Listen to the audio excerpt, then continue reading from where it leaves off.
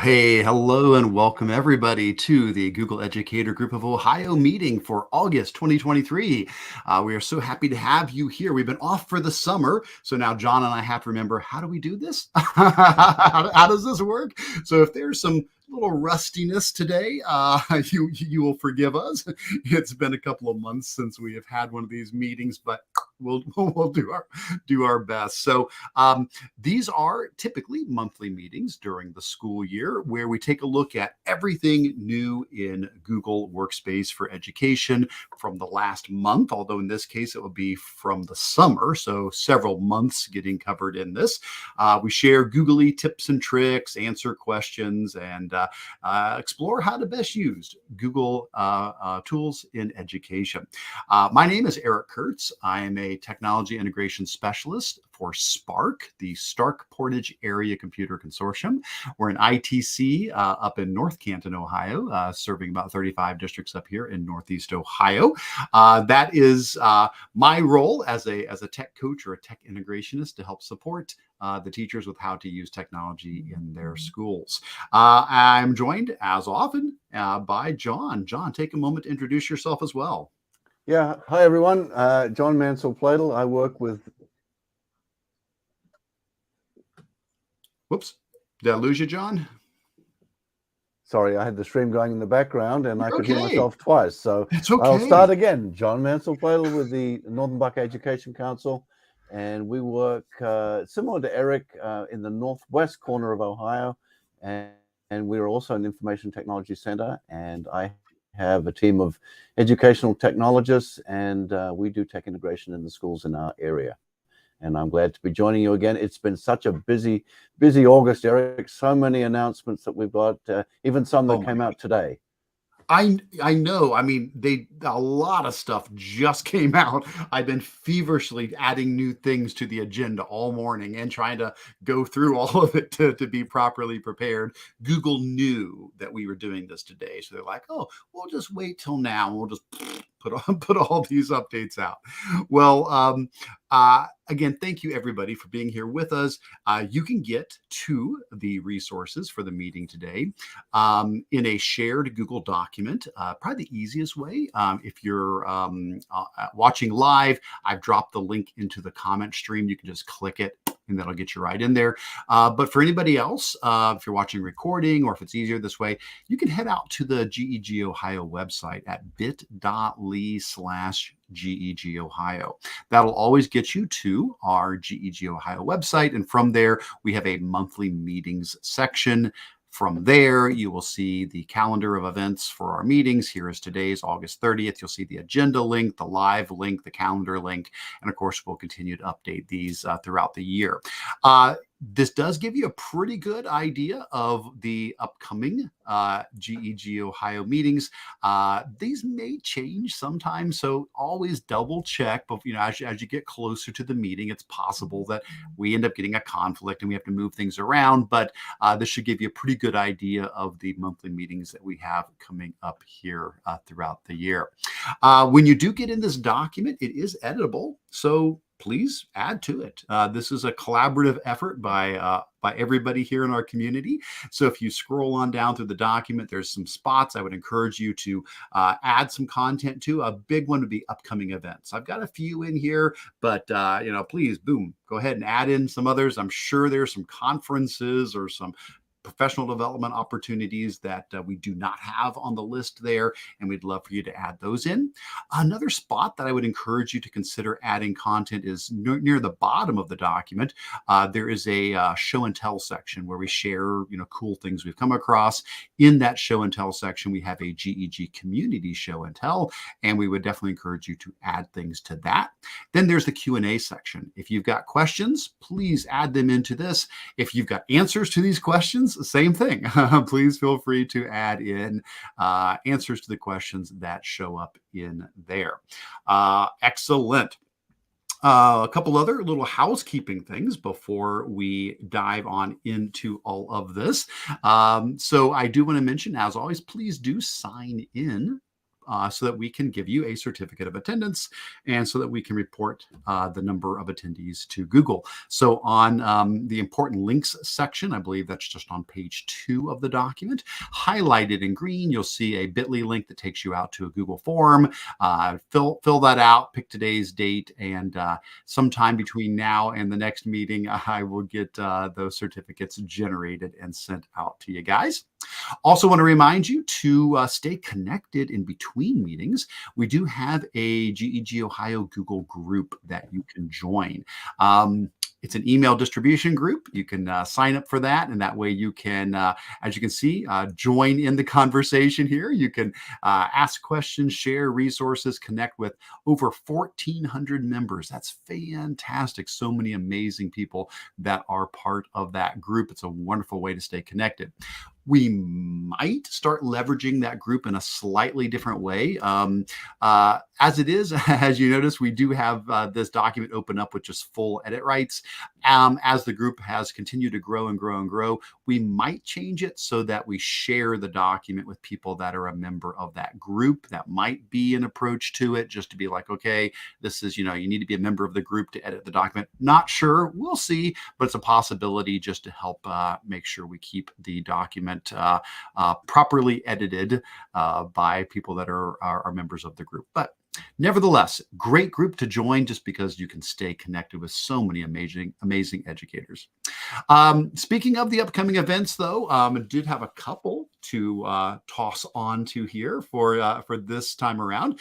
The first one is the Indiana Connected Educators Conference. You say, well, hey, this is GEG Ohio. Well, again, anybody is welcome to attend these meetings. It is not just for Ohio folks, although we definitely do have a lot of Ohio people.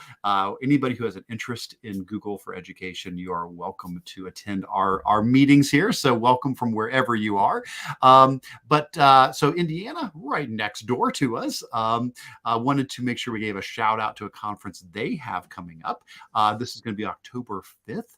And it's got a focus on AI, which makes a lot of sense. I mean, that is absolutely a topic now that I know it's been consuming a lot of my time. Most of my trainings lately have been AI focused. They've got a wonderful group of people that are going to be presenting there. Many of these people I count as friends, from Tyler Tarver to Matt Miller to Holly Clark, all the wonderful, just such great people that'll be there. So we wanted to give a shout out to that, especially, for folks in Ohio. That's not that far away. It's an easy little trip on over there, and that might be a perfect match for you. Other upcoming events, the Ohio Educational Technology Conference for 2024 has its dates set. They will be February, almost said September. I don't even know what month it is. I'm making up months. September is not a month. So it's February 13th through 15th. And the call for proposals are open for that. Those are open until September 15th. So please do consider submitting your proposals for that. I've already got mine in, which is unheard of. I usually wait to the very last minute. I don't know. This time I got on it quick, and so I got mine submitted. So looking forward to learning with people at that conference. Other upcoming events include some EdTech Playground sessions. Now, this is something I've helped out with in the past. I'm helping out with it again this year. So EdTech Playgrounds are free virtual trainings that are put on by the Teacher Innovation Network. So anybody can take part in these. They've released some of the topics for this year, even though a few dates they're still finalizing the topics.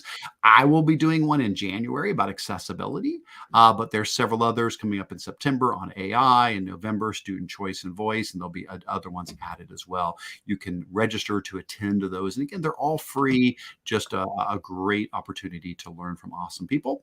And it looks like the Learn 21 conference has been added to the upcoming events. So thank you, whoever put that in there, November 8th and 9th. Always a great conference here in Ohio as well. So please continue to add to that list if there's anything else that we need to put in there. All right, good stuff. And I am seeing a lot of people saying hi in the chat.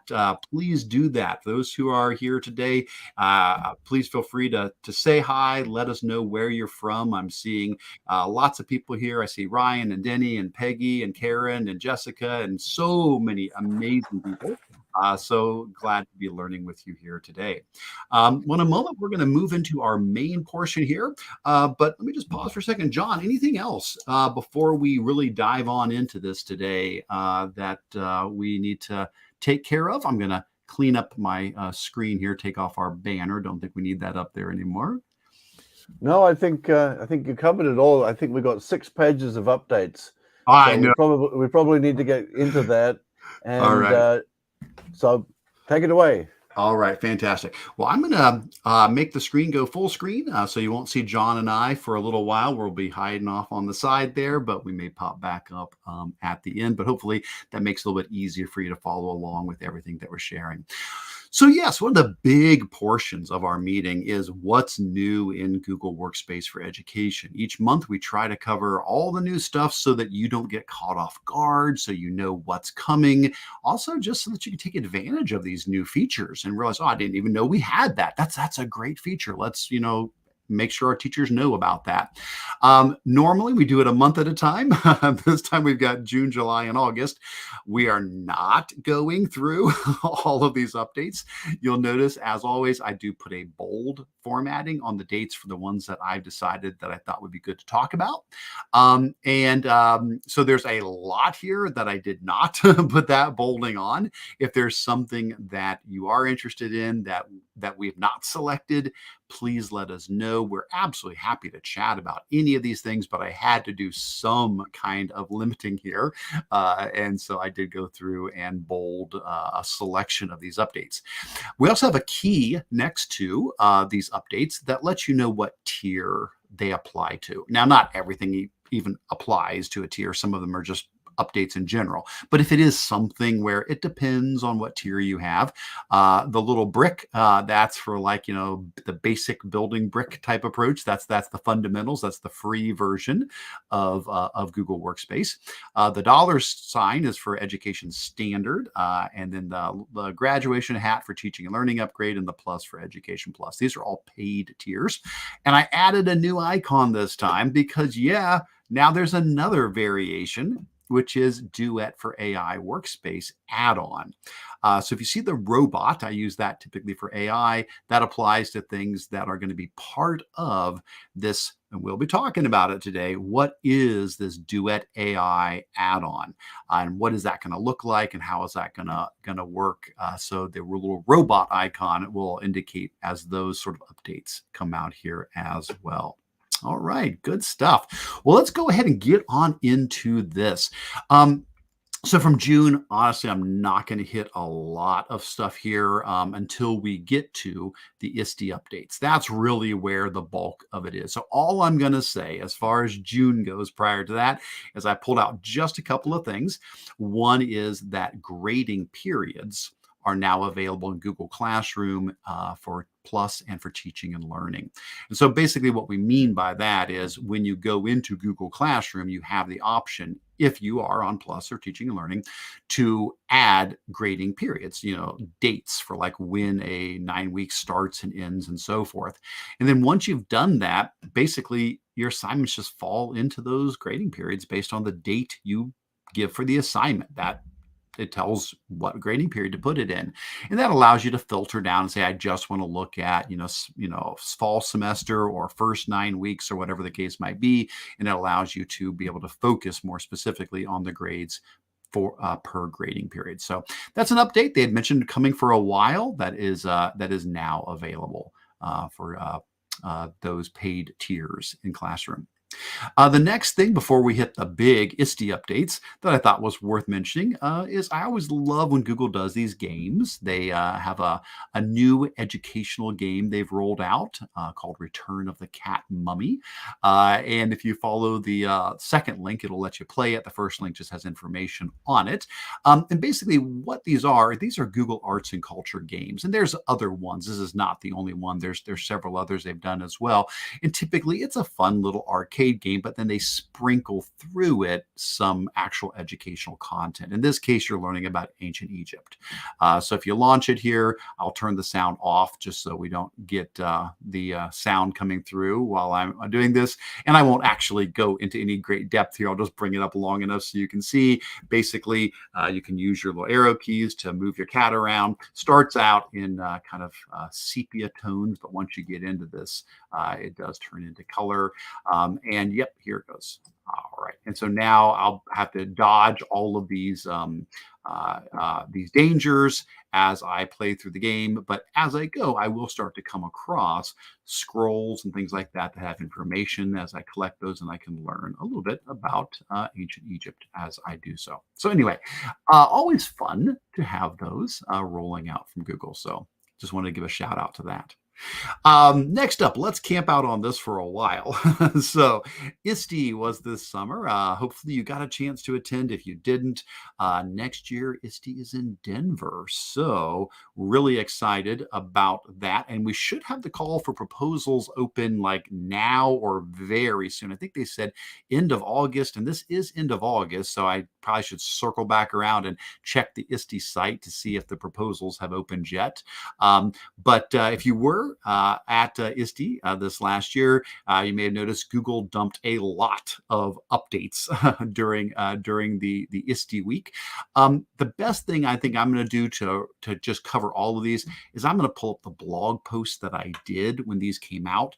I tried to synthesize them because there was like multiple blog posts with updates in each one of them. So I tried to pull them all together into one place. So I'm going to go ahead and pull up the link for my blog post here, and we'll just run down through some of the key updates. I picked out 16 of the updates I thought were most interesting. I'm sure I missed a couple in there, but these were ones that caught my eye. There is a little video if you want to watch. I got to do an interview with Taryn Sullivan. She's one of the project managers there who oversees practice sets and some of the other projects, and she gave some great updates on some of those tools as well. But let's just hit what are some of the key things that Google announced there at ISTE. So one of them, well, several of them were classroom related. There was a big bunch of classroom related updates. One of them is read along integration. If you're not familiar with this read along, this has been around for quite a while. This is a website. It's a standalone website from Google that allows students to be able to practice reading. It's aimed at early readers, so preschool, kindergarten, first, second grade, early readers. And basically, you read books, and the AI listens to you as you read them, and it helps you read. And if you get stuck on a word, it gives you suggestions, and it makes sure you're reading things properly. Well, it's been a standalone tool for quite a while. Now it is getting integrated into Classroom. There is a early access link you can click on to be able to get into the early access beta of it. But here's the idea. You'll be able to assign read-along books to your students right in Classroom, and it will, instead of being a one-and-done kind of thing, as the students continue to read books over time, it's going to aggregate all of that data in one place. So you'll be able to track their growth, their accuracy, their speed, et cetera, et cetera, et cetera. It's going to have all of these details in one place. So I can see that being really valuable for folks who work with early readers, being able to have all of that data in one place. So that was exciting. Practice sets got some updates.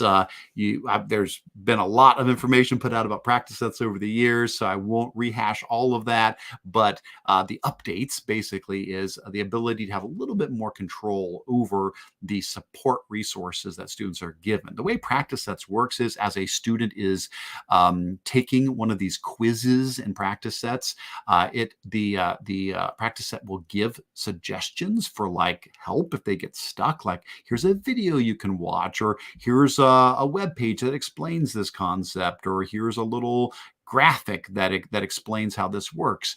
Well, that's always been AI generated.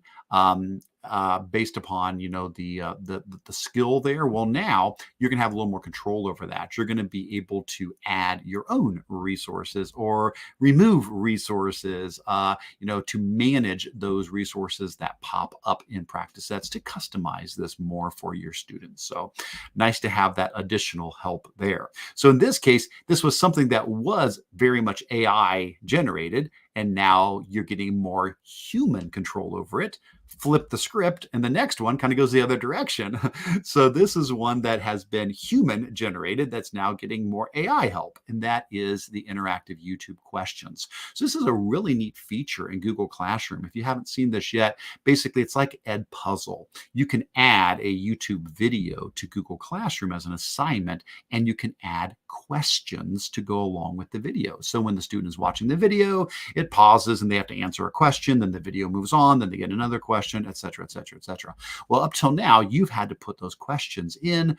What's rolling out is the ability to also have AI generated questions. So basically what's going to happen is Google's AI is going to read the transcript of the video and create some questions to go along with it. Instead of you having to make up your own questions, you can accept the questions that the AI has generated and add those in as well. So that's a really nice time saver. I like that a lot. Next up, the ability to visit a class in Google Classroom. So this is something you have to give people permission to do. Not anybody can do this. You have to go into the admin console and say you are, maybe a principal or a curriculum director or whatever, certain people, you give them the ability to do this. And then basically in Classroom, they can click a link to say they want to visit a classroom, put in the name of the person they want to visit. It shows all of their classes. You pick the class you want to visit, you pick the reason you want to visit it, and it gives you like 2 hours to access their classroom. At that point, you basically are a co-teacher. You're a temporary co-teacher. So you can post assignments and you can check out grades and you can interact, you can post content in there, and it sends an email to the teacher to let them know that you have visited their classroom. So really great way to give more access to Classroom for folks that are not needing to be a permanent co-teacher but just need to pop in on the Classroom. Another thing they announced was Classroom Analytics. This has been mentioned for years. Looks like it's finally rolling out, and that is the ability to get a tab inside a classroom that gives you more detailed data on your classroom, like student performance, student engagement, how many assignment completion, grade trends, things like that. Now, there's a great company called Schoolytics who's been doing this for many years. I still always want to give a shout out to Schoolytics. They're fantastic. It'll be interesting to see how this compares to what Schoolytics provides. We'll have to keep an eye on that.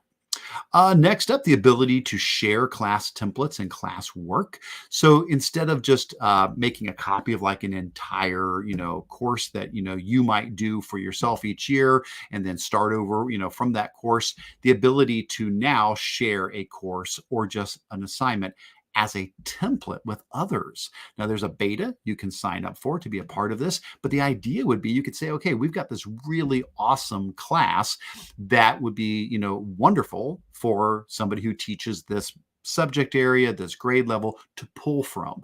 And you could then have that available as a template to anybody who teaches 5th grade math or whatever the case might be. Well, they could then open up that shared template class anytime they need. They could just pull stuff from it. They could just grab a whole unit. They could grab an assignment. They could pull resources from it and put it into their classroom. So it's just really great to support that centralization of content that you're going to be sharing out throughout your district. Custom grading scales, another thing coming out, the ability to say instead of just numeric, maybe we're using a letter scale or a custom scale, a pass-fail scale, whatever the case might be. Another one that has come out, this has rolled out, it said in the coming weeks, and that did happen, it did come out, the ability to disable submissions after the due date. This, I think, has been requested for such a long time. So when you create an assignment in Google Classroom, you now have the option to check the box, close submissions after due date. That way, If it gets past the due date, a student is no longer able to submit a late assignment. Now, that's up to you. If you don't check it, they can still submit late. It just marks it as late. This gives you the option to say, nope, that's it. When we hit the date, we are done. And then some rich text editing was added into the class comments and the private comments in Google Classroom. So that's a lot of classroom updates. Now, a lot of these are more specific to the paid versions. I tried to include the edition availability for each of those. Some of them, though, like, the ability to disable your submissions, that's open to everybody. But a lot of these are more for the paying tiers. Google Meet got some updates, such as a larger attendee count, up to 1,000 attendees in a meeting, as well as something called tile pairing. This, a lot of times they've used in the example of a sign language interpreter, basically the ability to click on two people and kind of link them together so that if one shows up, the other always shows up as well, such as a sign language interpreter that would be popping up alongside somebody speaking. Other updates, Chrome getting the reading mode option rolling out officially. This has been available for a while, but you had to turn it on yourself by going into the Chrome flags to enable it.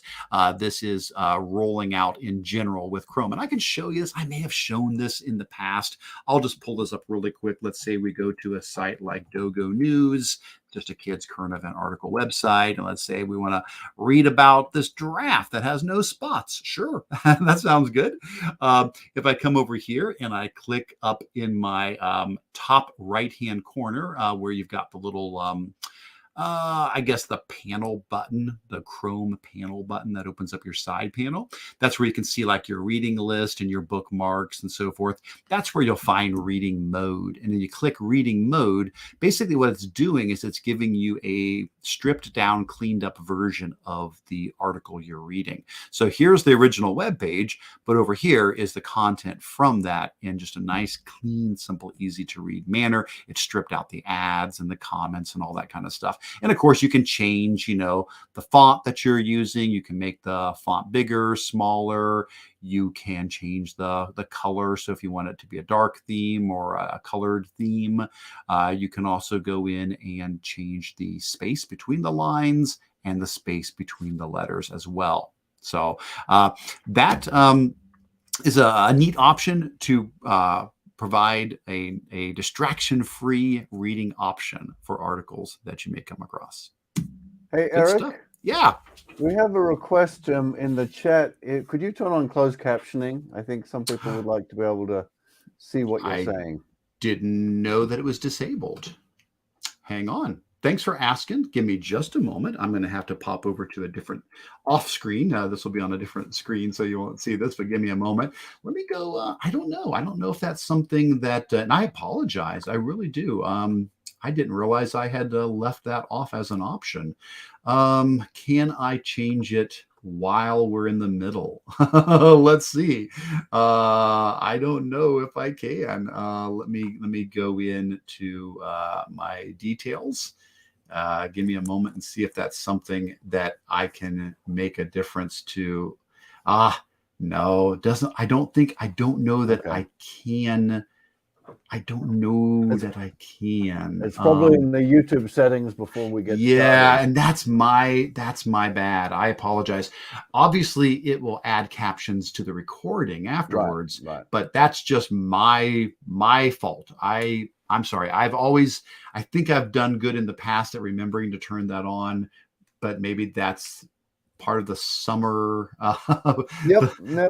the summer issues. So I apologize. I will try to make sure I do better about that in the future. Not a problem.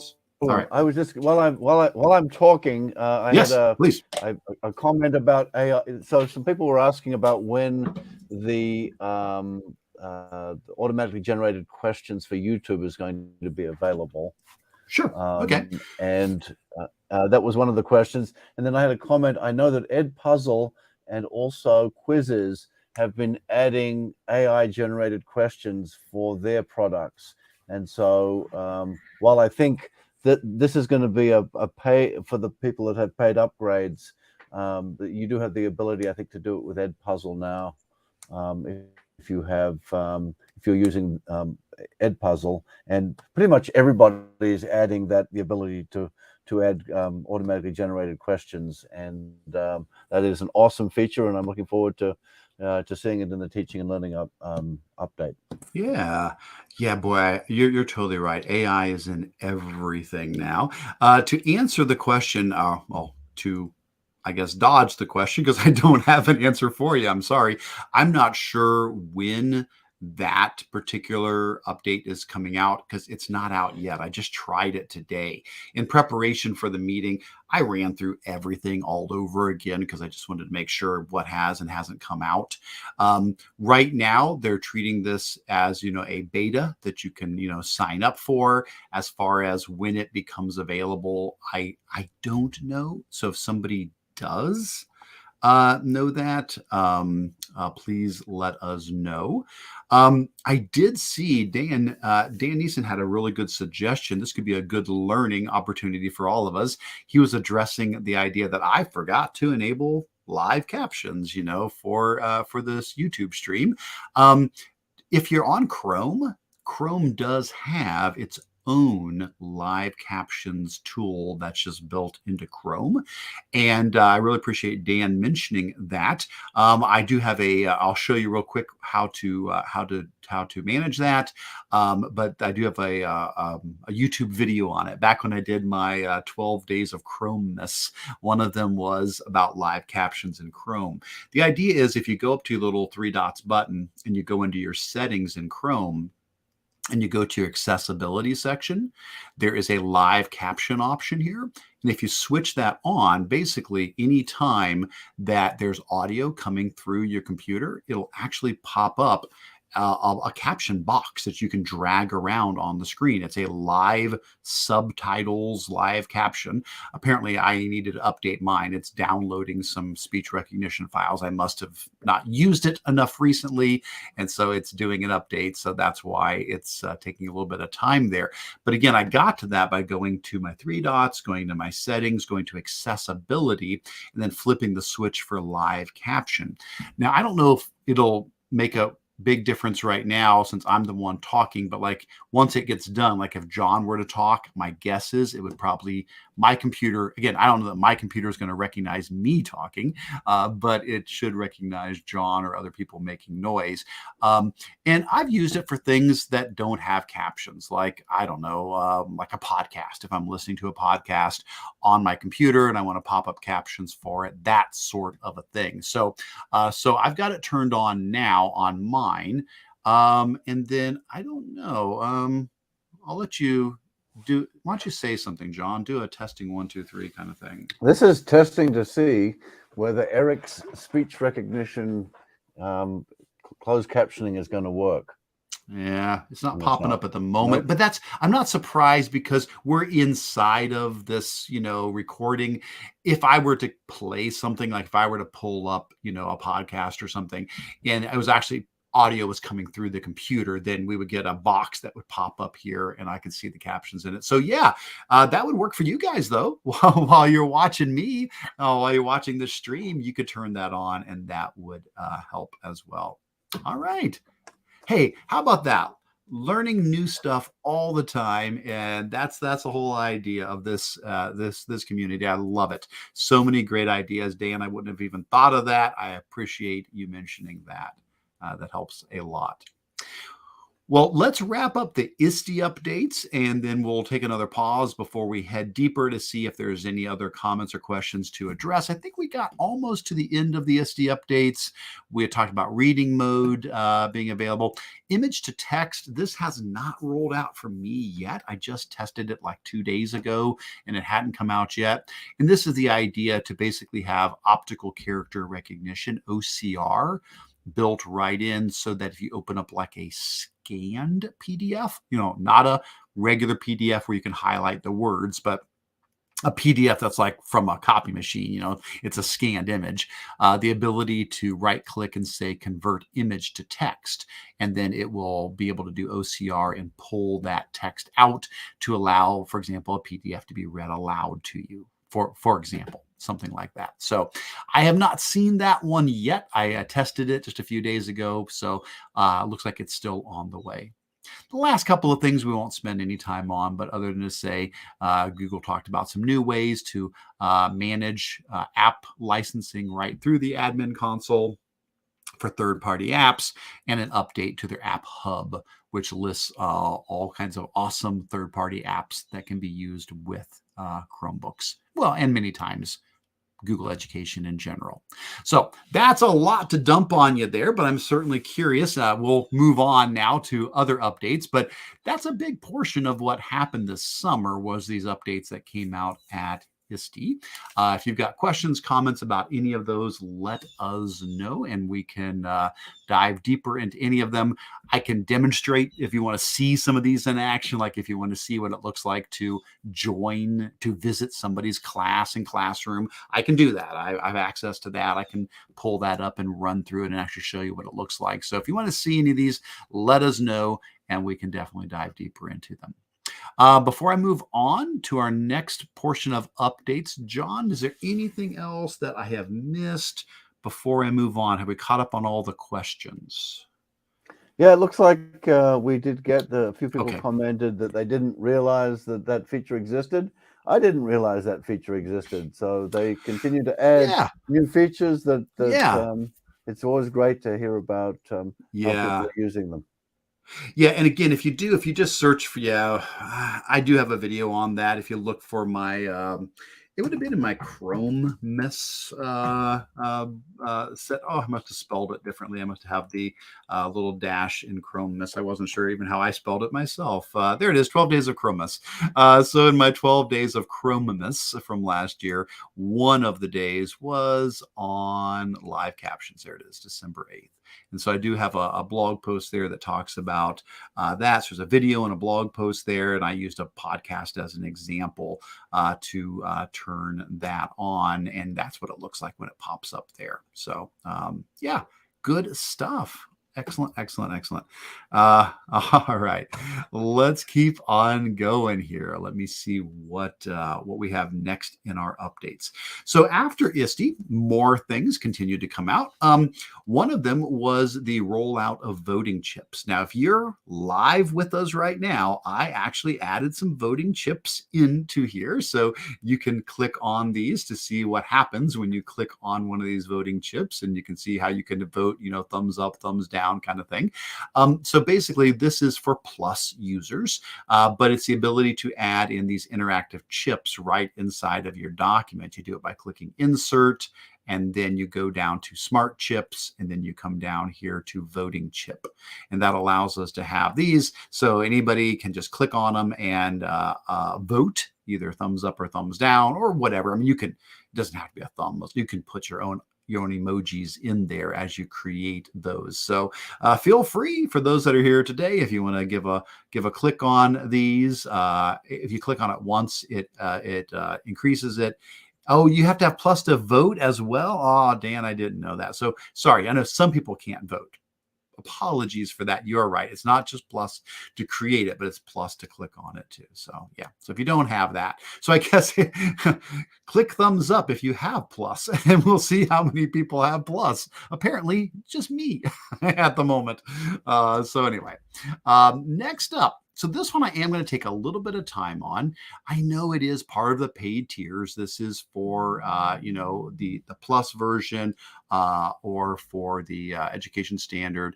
But this is something I've been keeping an eye on for a while, and that is a updated mail merge option in Gmail. So I'm actually pretty excited about this. This looks like it's going to be really slick. So here's the idea behind it. Let me here. Let me grab my Gmail screen, and give me just a second. I'll drag it over. I'm just going to pull up a new compose message, and I know you can't see it yet, but I'm going to get it over there. There it is. Okay, just took me a moment. So if I'm here and I am writing an email message, I now have, oh, no, I guess I have to do it in small form. Hang on, give me a second. It maybe doesn't work when I'm in big mode there. So here, let me turn on mail merge here, and let's see if I can, if I can get it on for you here. There we go. So when I'm in Gmail, there's a little button in the top corner that allows me to say I want to do a mail merge. And it says you're using mail merge. And then what it lets me do is it allows me to link a spreadsheet to the Gmail message that I am writing. So what I've done ahead of time is I have a little mail merge sheet with just, these are not real like people's email addresses. This is just test users. So there's nothing, no worries there. But basically I have a spreadsheet with people's email addresses, first name, last name. And I'm just pretending I'm going to send a message like, hey, you've been scheduled for a meeting at a certain time in a certain room. Well, in the past, if you wanted to do this, I would have to use Autocrat or yet another mail merge or Mergo or any of those type of add-ons. That was always something that was kind of a bummer with Google Workspaces. I was like, why isn't there just a mail merge utility that's just included, that's just part of it? Well, now there is. So let me show you how this works. Give me, again, just a second. Let me pull this back up. Sorry, it's taking me a moment to pull all of this back up. Give me just a second here. Tell you what, here we go. Now we'll try it again. Okay, so I'm going to click compose, and then I'm going to come over here. And I know it's hard to see. I'm going to try to zoom in. If I go too far, you can't see it. Okay, we'll just do our best here. I apologize. It's just a little small. I was trying to make it bigger for you, but anytime I make it larger, the button goes away. So that's fine. That's fine. We'll just go with it. So over here, if I click on the little use mail merge button, then that's where I can say I want to do mail merge. And I say I want to add from a spreadsheet. That pops up a little thing where I can pick a spreadsheet. So here's my mail merge demo spreadsheet, and I can select that. When I do, it now asks me which column in the spreadsheet has the email address. And I can say, oh, it's my email column. That was the one that was called email. And then what column has their first name? Well, my first name column. And which column had the last name? That was the last name column. And so basically I'm telling it which columns here have email, first and last name. Now, when I hit finish, basically now it's going to send this message to all those people, but I can flesh this out a little bit more. So let me show you what I mean. So I could come in here and say, this is a, email about, meeting date and time or something like that. And I could start filling in something like, I could say hello. And then if I want to put in like their first or last name, I can just use the @ symbol and it will read those headers from that spreadsheet. So hello, first name. I can even do first name and last name. Hello, first name, last name. And then I could say something like, you are scheduled for a meeting at, and then I could use the @ symbol and pick the time column at such a time on or in room. And then I think I have like a room column there. So in room, whatever. And there you go. And so obviously this is, very, very, very simple what I'm doing as an example here, but it would grab these times, these rooms, and it would send it to these people here. So now I can just go ahead and click on continue. It's going to say, are you sure you want to do this? I'll say, yep, I do. And I can hit send all and away they go. So what's going to happen now is, it'll take I think I've got my delay send on, so it'll take like 30 seconds for it to send. But once it gets sent, I've got my test user pulled up, and I will drag my test user over, and you can take a look and see what it looks like when that comes in. I have used for years Autocrat. I've used yet another mail merge. Recently, I've also been using Mergo. They provided a free option for schools a while back, which is awesome. There's Formule. There's a whole bunch of really good options out there. And I'm curious to compare this, over time to see how this stacks up. At the moment, Autocrat still in many ways is like, the cream of the crop with so many options in there, but sometimes you don't need all those bells and whistles. And here's our test user. Again, not a real user, just a test user here, but there's the message. Hello, test user 1, you're scheduled for a meeting at 8 a.m. in room 100. And so there is that merged message that came through to them. So I'm excited about that, excited to see how that develops over time. Neat stuff. All right. Let's keep on going. We hit July next. So we made it out of June, guys. That's pretty good. It took us a while, but we've made it to July. I'll keep moving here as quick as I can to try to get through all these. So in July, one of the updates that caught my eye was NotebookLM. So this is something that Google talked about a while ago with AI. They called it something, it was called Tailwind, Project Tailwind. They renamed it as NotebookLM. And basically what it is the ability to use Google's AI with your own personal collection of documents. So instead of just chatting with Bard in general, you can say, I want to chat about this folder of documents, and it will read through all the documents in the folder, and then you can have a discussion with the AI about those documents. It's been played off as like an educational tool, like maybe a student has, a folder where they've got all the notes from the entire semester. Well, now they can quiz themselves on that content. They can ask the AI about that content. If it's you as a teacher, you could throw a bunch of articles in there and use the AI to analyze them as a batch. So instead of just, copying and pasting, a limited amount of text into Bard, you can point the AI at a whole collection of files. Well, I do have access to this, so I'm going to drag this on over. So this is NotebookLM. It is experimental, as it says up here. This is still like in beta use. So if it's something you're interested in, you can sign up for the wait list as well. That article that I've got linked in does have a link to the wait list if you want to sign up for it. Right now, it's a little limited. I think they're letting you do 5 notebooks with 5 files in each, just while we're testing it out.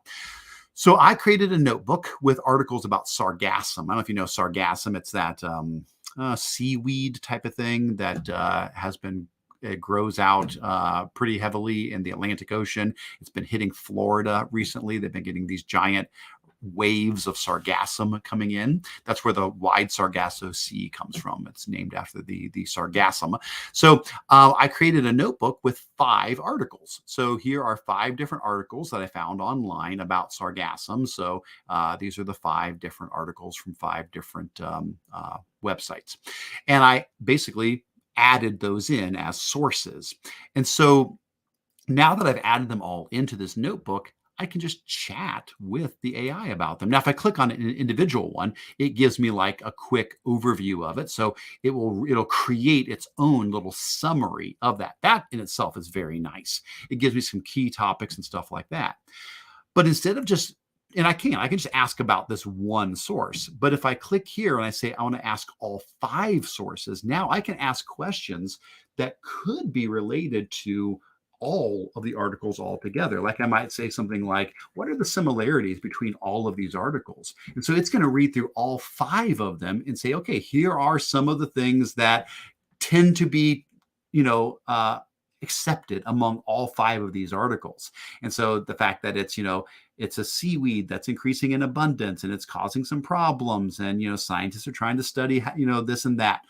Then I could go the other direction. I could say, well, what about differences? Maybe there's things the articles don't agree on. Are there differences? And so now it's rereading through all of them, and it's going to compare them and say, okay, well, yeah, there's, the first one is focusing more on this. The second one is focusing more on this. It's starting to tell me what are some things that, is making these articles different from each other, or ways they may not agree. So really curious to see how this continues to develop.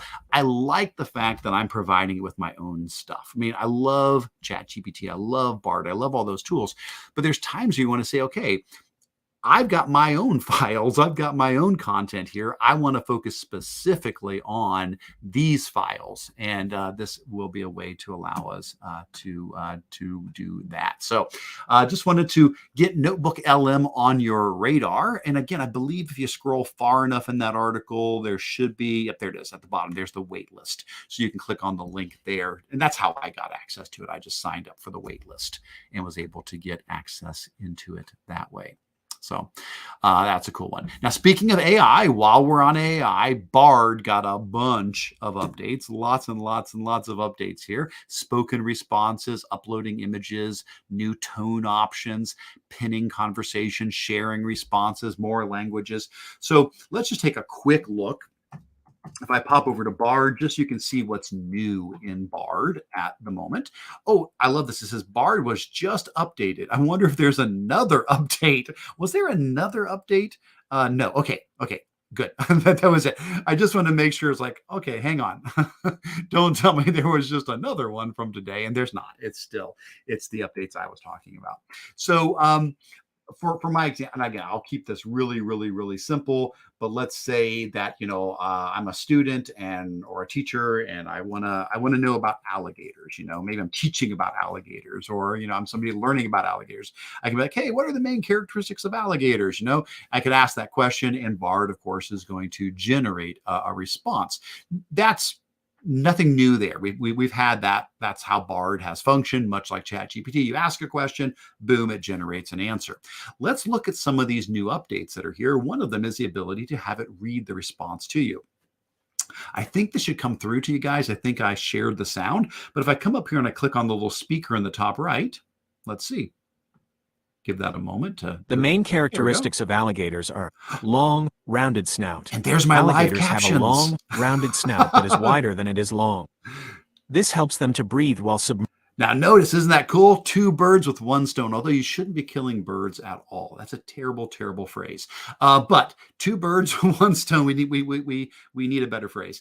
So you see there, I just turned on the speaker option, and it will read the response to you. And at the bottom, there is my automatic captions that popped up there as well. So you can see, haha, it does work. Pretty cool. So there you go. So that's one of the updates. Another update to this, if you scroll to the bottom here, you'll see is this new button called Modify Response. If you click this, you can say, I want a shorter, longer, simpler, more casual, or more professional response. Now, I could just reprompt it. I could say, could you put that in terms that a first grader understands? I could reprompt it, or I could just say, no, I just want to tell it, make that shorter, and now it's going to redo the same thing, but now I'm going to get a shorter version of that, or I could have said simpler or more casual. I'm not sure, what more casual might have been. I'm kind of curious. I'll make it longer again so we can see. So here's a longer one. I wonder what if it says dude a lot or something, if we go casual. I'm actually not. No. Looks like it's just less scientific, information, So there you go. Pretty good. So that's one of the updates. Other updates is the ability to pin and save these conversations. So up here, what are the main characteristics of alligators? I could click there and I could say, let's pin this. And I could even give it, a name. I could say, this is my alligator chat, or something like that. And when I do that, now I can get back to this conversation anytime in the future I want, and I can pick up where I left off, which is really nice. That way I can continue that conversation, going beyond that. Other than that, uploading images as prompts, that's pretty cool too. So let's say I have a picture and I want to know, is it an alligator or a crocodile? It's like maybe that's what I've been talking about. Like maybe I'm saying, how are crocodiles different? We're talking about alligators versus crocodiles. And now let's say I have a picture and I want to know, well, which one is it? Is this a alligator or a crocodile? There's a little plus button to the left of the prompt that lets you upload information, and you can upload images. So I think I've got in my sample files here. Let's find my sample files. I think I've got an alligator in there. I've got a shark. Where's my alligator? Oh, there he is. I don't know if it's an alligator or a crocodile. I can't remember which one it was. There it is. I can say, which one is this? And so I can now upload this picture, and it's going to use Google Lens to do a reverse image search. And it's going to analyze that picture and go, you sent me a crocodile. Again, I couldn't remember which I had a picture of. You sent me a crocodile. And he's explaining why it knows that to be the case. So that's pretty cool for that. Also sharing responses. This one's cool. Let's say you come up with a really nice prompt that you're like, hey, my teachers, my colleagues could really benefit from this. Here's a really good prompt that they could use to help write a lesson plan or to help create assessment questions. And I've worded it just right that I get such good results from this. Well, you can use the little share button at the bottom now, and you can say, I want to share this conversation. And now I can say, let's share this entire chat, create a public link, and that gives you a link. You can now copy that link and give that to people as just another easy way for somebody to be able to say, okay, watch, here's how my conversation went. This is how I prompted it. There's a response I got. Here's what I said next. Just a nice, easy way to share a nice, clean version of this. So if I took that and I put it, into a new tab, you'll see that it's just a nice, easy to read version of that conversation. So nice updates there. I was happy to see those updates come to Bard. So Eric, Yeah. I'm enjoying the wiggle words that that Bard puts in. If you'll notice at the end of some of the thing, I had it take a look at a picture of a calculator that I gave it, and it said at the end it says, however. It says, so stuff like that. It says, however, it is possible that it could be a different model, but it always put that. However, these species are less likely than the Nile crocodile. So that I like the however. I'm word. glad it does that because that is such an important thing. We've said it, but we need to reiterate it. AI is not always accurate. Google at the bottom says Bard may display inaccurate or offensive information. That does not represent Google's views. I mean, it's on every page there, but I think it's good to even bring it out here because our students need to know this, and we as adults need to know this, that our ability to analyze and evaluate information is more important now than ever. You can't, just because the AI sounds like it knows what it's talking about, it still can make mistakes. And so I appreciate that even in the response, it's couching a lot of this like, well, however, so thanks for mentioning that. I appreciate it. All right, good stuff. Anything else before we move on, John? Did you see any other things that we needed to address? I was busy playing with Bard while you were talking about it, Eric. So like everybody else in the chat, Okay. I will check and see and get back with you in a right. minute or two. I did see Dan, again, Dan, thanks so much. So many good comments here today. Dan said that with the mail merge, users are limited to 1,500 mail merge recipients or messages per day, and you can't use CC or BCC for the recipients. So the CC and BCC, I agree with you, Dan, that is a bummer. I a lot of times use mail merges where I might be CCing somebody else as part of that. And that's not an option. As far as the limit on how many, that is very standard. That is absolutely standard. That's not like an artificial limit on there. That is part of Google's API limits, because this is an API generated email. It's using, those tools in the background. So like the same thing's true if I use like yet another mail merge or Autocrat. If you hit 1,500, you're done. That's it. That's all you can send in a day, no matter what the tool is. So yeah, that is a bummer, but that part of it is actually standard. I wish though you could do the CC or BCC. That would have been nice. All right, let's keep on going. What's up next? Okay, a little ChromeOS love here. So how about Chromebooks? ChromeOS 1.15 added the ability to save signatures for PDF forms. Let me see if I can show you this. So I'm going to drag my Chrome remote desktop over here. So this is my Chromebook sitting next to me. So I'm going to jump over to my Chromebook here now. And on my Chromebook, I've got a PDF. It's just a PDF of a math worksheet. So nothing too exciting there, but I was just going to use it to demonstrate what I meant by this. So if you didn't know this, Chromebooks have really nice PDF annotation abilities. So when you open up a PDF that you've saved on your Chromebook, so I went to my files and I double clicked on it and I opened it up from my files, you get these little icons at the top, like the ability to turn on the drawing tools, where I could come in here and I can, draw on. I can actually, draw on the PDF. It also has the typing tool where I can come here and I can type. So like I could, type in the date here. So let's come to, let me move this over a little bit. There we go. So I could come here and say this is, August 30th. I could, type in a date.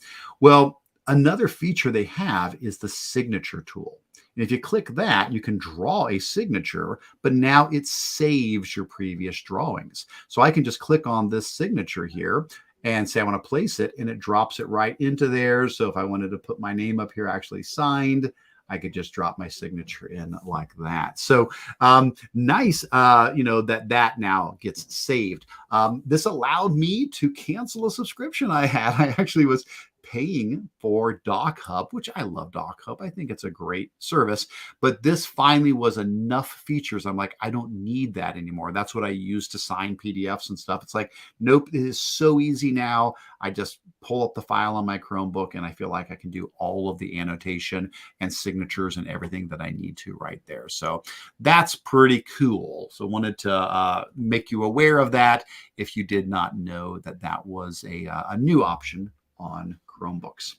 All right, let's see. That gets us to August. Hey guys, we made it to August.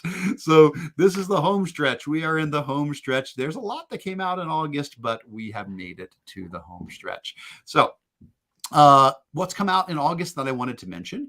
One was a cool AI experiment that Google has put out called TextFX. There's another one here as well, but I'm going to focus on the one called TextFX because I think this one has the most chance to be applicable in education. So basically, this is a writing inspiration website that is AI powered. So if you come in here and say you want to try this out, basically there are 1, 2, 3, 4, 5, 6, 7, 8, 9, 10 different tools.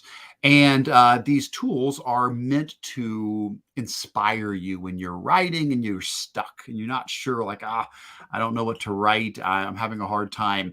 And so, for example, the first one is the simile tool. The idea is you type something in and it generates similes, So, if I was thinking, okay, what's a thing that I want to create a simile about? So, maybe I haven't had lunch and I type in the word hunger and I hit run. It is now going to generate similes, hunger gnawed at my insides like a pack of wolves. If I hit view all, I can see all of these different similes related to hunger. I can also adjust the temperature, which is how creative it gets as well. And I could rerun it. Now, again, there's 10 of these. Explode, breaking a word into similar sounding phrases. Unexpect, making a scene that is unexpected and imaginative. Chain, finding things that are semantically related. POV, writing from a different point of view. Alliteration, great if you're playing categories. You could say my topic is food and it starts with the letter J, So if you're playing categories, you're good now. You got jalapenos and jam and jello and jelly and, jicama and all kinds of good stuff there. There's the acronym builder. There's the fuse to combine, to find intersections between two different things. Like I say, hey, what is the connection between a mailbox and a bird feeder?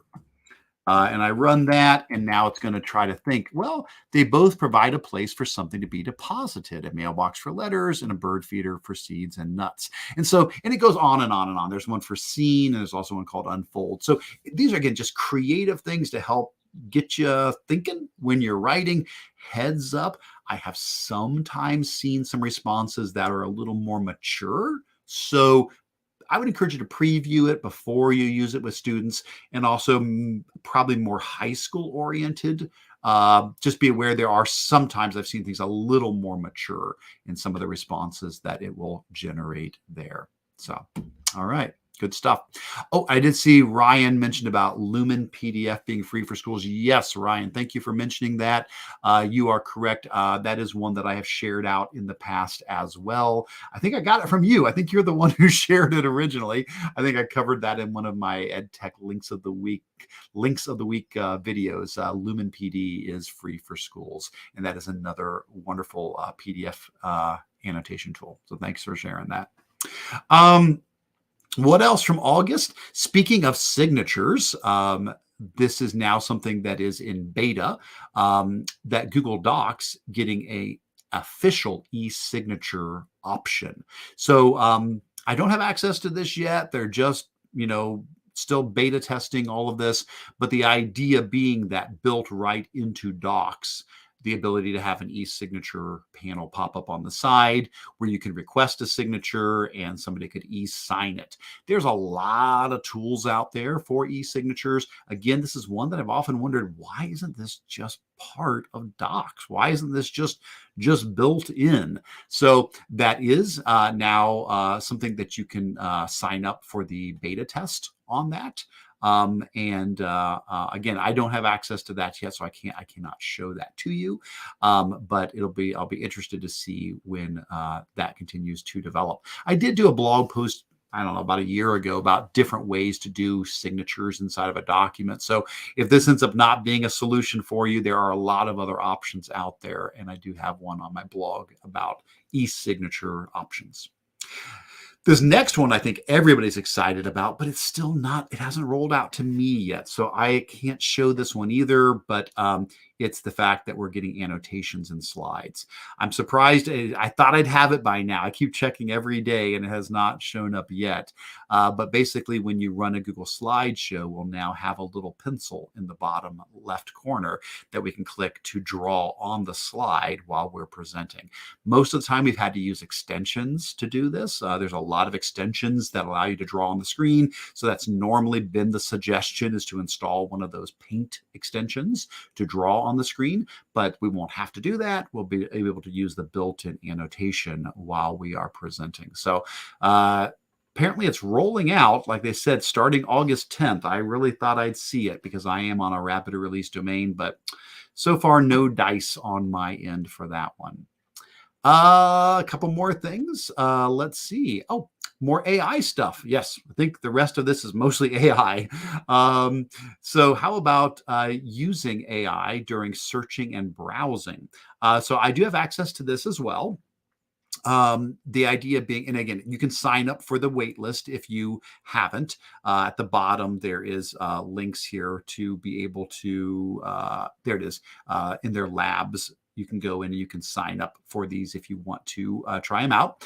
But basically, the idea is this adds AI inside of your actual Google search. So when you go to run a Google search, you get the normal search results at the bottom, but then you get this generative AI panel where you can just have a chat with the AI. And now they're adding more updates to that, such as the ability just to hover above words and get more information out of that. So that's nice. The big update to it, though, that I liked was how you can do this while you're browsing the web as well. So let me see if I can show you an example. Let me grab a link from my other screen. Give me just a second to find the link, and then I will copy and put this over here. Give me just a sec. Sorry about that, guys. Let me see if this, all right. So let's say, hopefully this will work. If not, I'll try a different article. I just grabbed this one. Let's say I need to read this article about having a growth mindset in the workplace. If I come here to my top right and I give a click up here on my little G button, that opens up my Google side panel. It now has this option that says key points from the page. Generate AI powered key points. And I can click on generate. And what it's going to do is it's going to read the article and it's going to come up with some key points from the page. So that's really nice. If I'm, needing, I come across an article, do I really want to take the time to read it all if it's not going to apply to me? Well, I could always just click here real quick and say, oh, that sounds really cool. Yeah, okay, I do want to read that. And then I dive into it deep, or like, oh, no, this actually wasn't what I was looking for. Nice to just be able to get that quick summary. Now, I could, of course, do this by selecting everything, copying it, pasting it into Google Bard and having it do a summary. Of course, we can do that already. But this is nice just to have it just in the side panel here, and I don't even have to copy paste. So I do like that a lot. So I was excited about that update as part of that. Next up, just a rumor. This one we'll have to wait and see. But the rumor is that the Help Me Write feature that is part of Google Docs coming to ChromeOS in general, just being a part of Chromebooks. So the idea is, what I mean by that is, if you don't know what I mean by the Help Me Write, here I'll show you a quick example. If I open up a Google document here, just a blank document. So in Google Docs, I've got the Help Me Write button. Now, if you don't have that, don't worry. You've not done anything wrong. This is, again, part of that, early beta kind of stuff. So if I come here and click on Help Me Write, I have the ability to chat right inside of Google Docs with the AI. And I could say, I'm needing, help, and so maybe I want to write a newsletter for parents with suggestions on encouraging students to read at home. And so I could say, help me write this. And inside of Google Docs, the AI is going to generate, in this case, a rough draft of a newsletter article about encouraging students to read at home. And so here we go. Here are some tips on encouraging students to read at home. And of course, I can refine this. I can summarize it, bulletize it, elaborate it, shorten it. I can change the tone to be formal or casual. So the point is, this system here, this idea, the rumor is, anyway, here, and I'll move this off the screen again. The rumor here is that it looks like this might just be baked into ChromeOS coming soon. So this is all, early access kind of thing. But as people have been poking around in the code for the upcoming, like Canary version of ChromeOS, they're seeing the ability to request rewrites and to have queries and to insert rewritten text. So it sounds like that Help Me Write feature might just be baked into Chromebooks at some point in the future. That'd be awesome. That'd be really, really nice just to have, that AI constantly there available for you. Speaking of Chromebooks, again, Chrome OS 116, the most recent version, has made it easier than ever to move to LaCrOS. Now, I am going to talk about this for just a moment because this has been, for me, the most important update that I have gotten for Chromebooks yet. And it may not sound like it at first, but for me, this has been the defining thing that has made my Chromebook become my primary portable laptop device. I have a Chromebook and I have a Lenovo Windows, laptop. I now am using my Chromebook anytime I'm not sitting at my desktop. It has now become my primary computer. So what is this? What is this LaCrOS thing that we're talking about here? So here's the deal. You probably know about this in general, but when you're using Google Chrome on like a Windows or a Mac or something like that, and if you have more than one account, you can set up profiles, like I've got here. If I come up to the top right and I click, I've got all these different profiles. So here's my personal profile. Here's my work profile that I'm in. Here's, demo student profiles. I've got all of these different profiles. You couldn't do that on a Chromebook. That was not an option. You did not have a profile manager. You could click here and you could add more accounts inside of this profile, but I hate that because they're not really different accounts. It's different accounts merged into the profile you're in, so you don't get, unique bookmarks and passwords and history for each one of them. It puts all the accounts into one profile, and sometimes it opens the wrong profile, opens the wrong account, things like that. Okay, hold on a second. I just scrolled down. Sorry about that. Did not mean to do that. Here, I'll pop back over to there. Actually, no, it looks like, hang on a second. No, it looks like we just had a problem with sorry about that, guys. Let me go in and fix this. Apologies. Looks like we just had a version history issue here. Sorry. I'm going to have to, unfortunately, I apologize. I'm going to have to change this to comment only. I apologize, folks. Looks like we have an issue with our document here. So apologies. I'm going to switch our agenda over to comment only.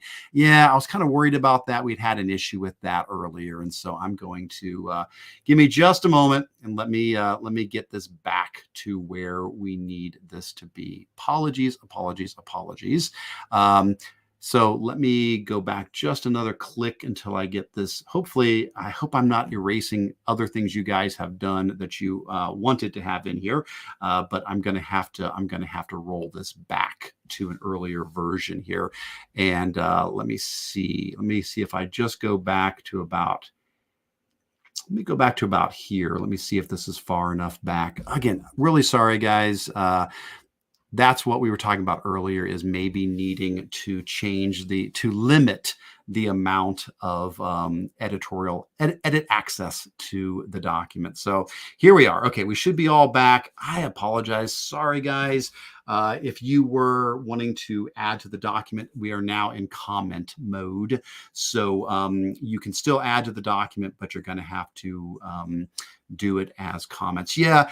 This is just a shame, but over the last 3 days, this has happened 3 times. Somebody has come along and unfortunately didn't play nicely in the sandbox, and people have come along and have deleted content from the document or have tried to roll it back to an earlier version. And I'm sorry. I wish people wouldn't do that, but it seems like unfortunately, we're just going to have to put this just in comment mode. So everybody can still add comments to the document, but unfortunately, you won't be able to directly edit it because somebody has not been playing well in the sandbox with us here today.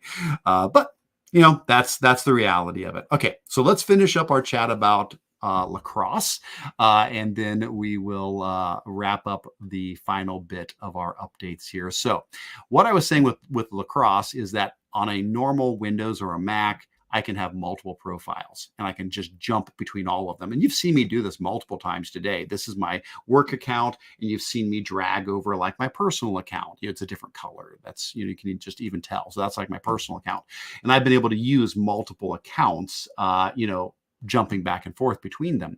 Well, a Chromebook did not have that as an option, but you can now do that if you turn on what's called LaCrOS. This means Linux and Chrome operating system. So it's using a version of Linux with the Chrome operating system. And there's directions in this blog post that explain exactly how to turn this on. You basically go into your Chrome flags, and you go to Chrome://flags, and you enable 2 flags. So let me pull over my Chromebook again. So here's my Chromebook. And so on my Chromebook, at the moment, I am, logged into my personal Google account. So that's my personal Google account. But notice I have above there, I have a profile chooser. I can now add multiple profiles, and I can just simply click and jump to my work account. There's my work account. Here is my personal trainer account. Here is my personal account, and they're all all available here. I can have all those profiles running at the same time, which means I can just jump between them. I can copy and paste from them. I can do trainings where I've got a teacher account and a student account side by side. It's wonderful. It's made my Chromebook so much more useful to me. Now, if you only have one account, this may mean nothing to you. Like, Eric, I only have one account. It doesn't matter. But if you have, a personal account and a work account, or you've got a trainer account, or you've got training where you need to show a teacher versus a student, if you need multiple accounts on a Chromebook, it was so much more fiddly to jump from one to another. Now, not at all. Perfectly easy to use. So easy. So you do have to enable this. This is something you've got to go in and turn on. So it is in the flags to turn it on. But once you get it turned on, then it's super easy to use. So this is something that as of 1.16, all you have to do is this to turn it on. Now, Google said long term, this is going to become the standard.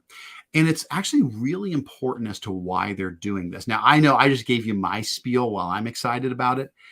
There's a second reason they're doing this that long term, I think, is probably even more important. And if my first example did not excite you, I hope this one does. So here's the idea. Over the next year, Google's giving them about a year. They're saying within a year, they're planning that this is going to become the standard. What they're doing is they are decoupling the Chrome browser from the Chrome operating system. So again, if I pull my Chromebook back over here, this browser can be on a different version than my actual operating system. So whatever version I'm running on my Chromebook here, my actual Chromebook doesn't have to be the same version as the browser. They're now decoupled. The operating system that runs everything and the actual browser itself are no longer tied together. That's not been the case in the past. If your Chromebook updated, it's because the OS was updating and the browser. Now, by decoupling these, we're hoping this is going to help with the end of life issues that we've been getting with Chromebooks. So think about this. You buy a Chromebook and maybe after 6 or 7 years, it hits end of life. Well, that means it no longer gets OS updates. It's no longer getting Chrome OS updates. Well, on a current Chromebook, that means it's also not getting browser updates. So what that means is when your Chromebook hits end of life, nothing updates, not the OS and not the browser. Well, that's fine for a few months, but after a while, the browser becomes old enough that things stop working. You go to iReady or you go to the, Ohio, state tests, or you go to, any, website that requires a certain version, and suddenly you can't load iReady. Suddenly you can't take the state tests because your browser's too old. And now those Chromebooks are not as valuable because you can't use them for maybe why you bought them in the first place. Well, by decoupling these, the browser can still update. You can still be running the latest version of the browser even if the OS is no longer getting updates. And so I'm hoping this is going to mean a much longer life for the Chromebooks. Yeah, if the OS doesn't update, that's still a bummer. Like, you're not going to get some cool new features that, like, take Screencast. Screencast rolled out with version 103 or something. Well, things like that. Yeah, you might not get some cool new features of the Chrome browser or the Chrome operating system, but your browser will keep updating. So I'm hoping this means long term, it's going to help a lot of schools use their Chromebooks a lot longer. Now, there would, of course, be some security concerns here, but it depends where the security is. If it's a browser security issue, nope, because the browser is updating. The browser will stay secure. If it's a Chrome OS vulnerability, yeah, that's always going to be an issue. So yes, if there's something in the OS itself that needed patched, that would be a problem. I get that, but not the browser. The browser would continue to get its updates and be secure. So I know this sounded like a boring thing probably when you first saw it. Chrome OS 116 makes LaCrOS easier. Probably sounded like a boring thing. I think it's one of the most fundamentally big changes we have ever seen to Chromebooks, because it's going to decouple the browser from the operating system, which hopefully will extend life much longer. And it's going to make Chromebooks much more functional if you're a multi-account user.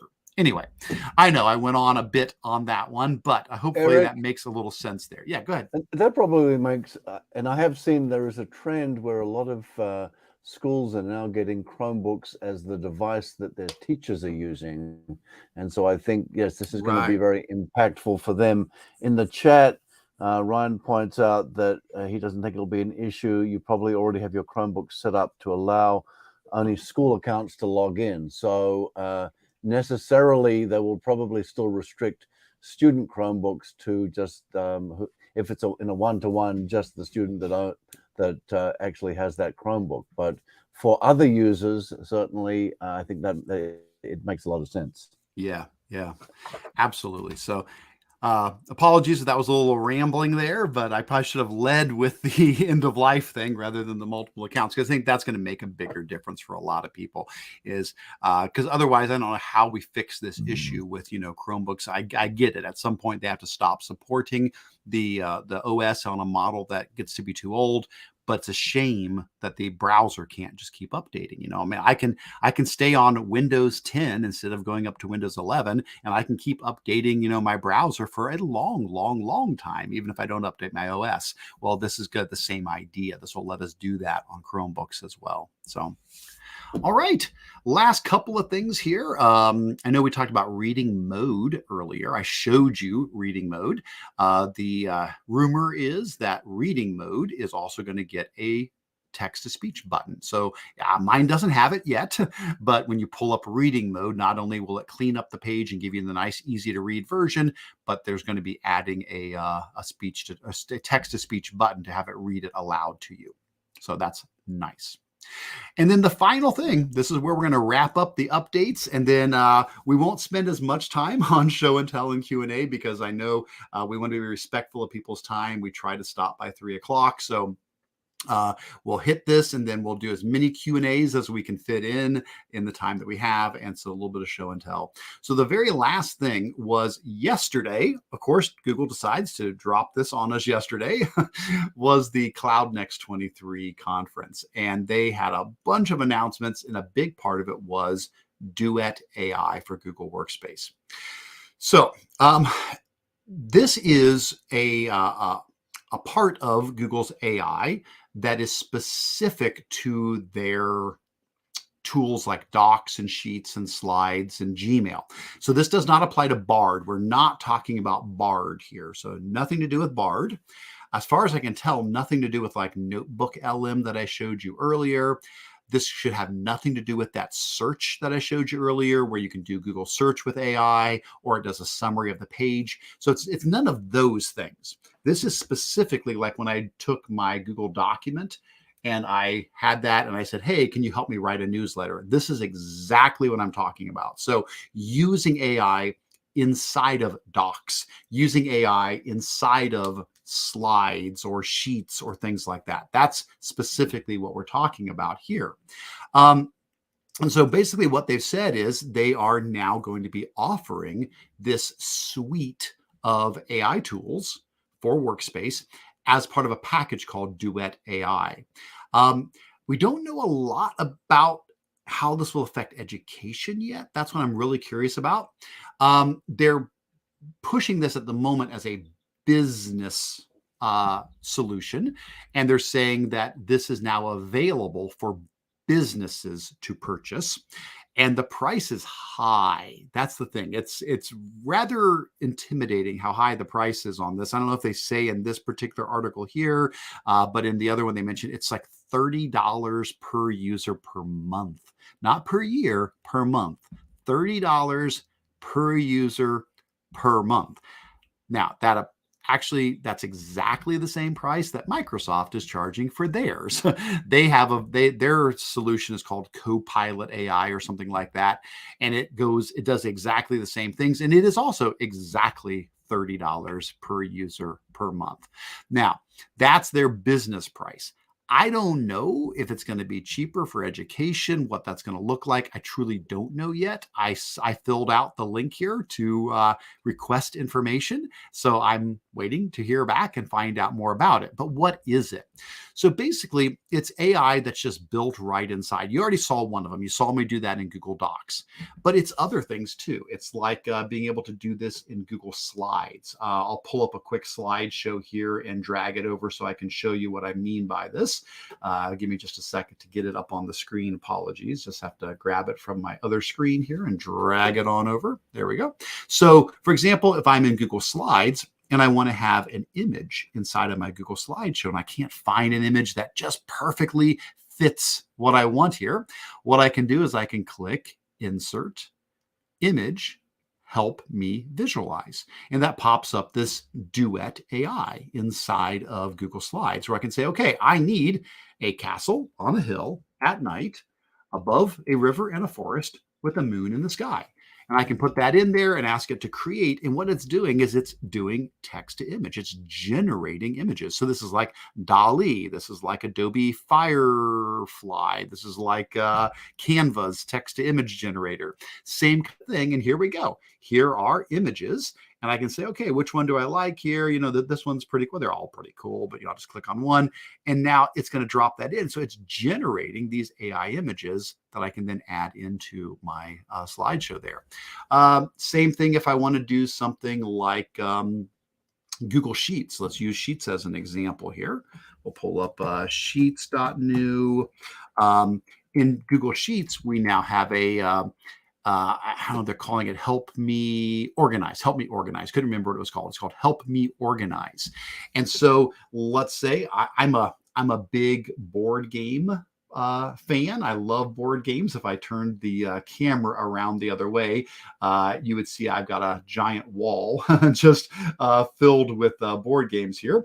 Let's say that I needed help creating an inventory of my board games. So I could say, help me organize an inventory of all my board games. Hit create, and now it's going to generate a Google Sheet that has some pre-filled content that I could then build from to organize my board game. So I could say, let's insert that.